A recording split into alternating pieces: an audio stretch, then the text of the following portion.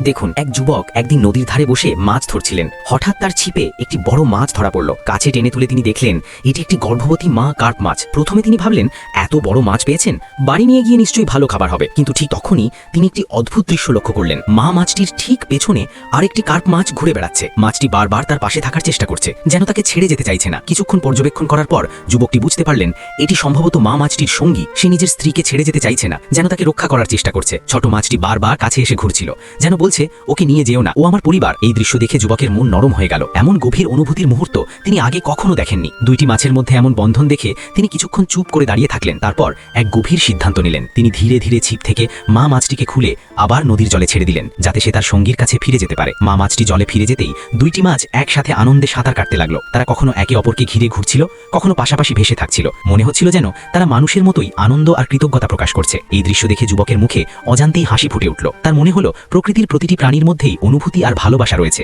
সময় কেটে গেল। এক বছর পরে যুবকটি আবার সেই একই নদীর ধারে মাছ ধরতে গেলেন। হঠাৎ তিনি দেখলেন পানির মধ্যে একটি উজ্জ্বল শরীরের বড় কার্প মাছ তার সামনে ভেসে উঠেছে, আর তার পেছনে ছিল অনেকগুলো ছোট ছোট কার্প মাছ। মনে হচ্ছিল যেন সেই মাছের দম্পতি এবার তাদের সন্তানদের নিয়ে এসেছে। তারা পানির মধ্যে আনন্দে ঘুরে ঘুরে সাঁতার কাটছিল, আর পানির ওপর ছোট ছোট ঢেউ তুলছিল, যেন তারা যুবকটির সামনে এসে কৃতজ্ঞতা জানাচ্ছে তার সেই দিনের দয়ার জন্য। গ্রামের বয়স্ক মানুষরা প্রায়ই বলেন, যদি কখনো নদীতে ঝলমলে কার্প মাছ দেখতে পাও, তাহলে তা সৌভাগ্যের লক্ষণ। তাই এই সুন্দর গল্পটি যেন আমাদের মনে করিয়ে দেয়, একটি ছোট দয়া অনেক বড় সুখ ফিরিয়ে আনতে পারে। যদি প্রকৃতি, প্রাণী আর মানবিকতার এই গল্পটি আপনার ভালো লাগে, তাহলে ভিডিওটি লাইক দিয়ে এই সুন্দর ভালোবাসার গল্পটি ছড়িয়ে দিতে ভুলবেন না।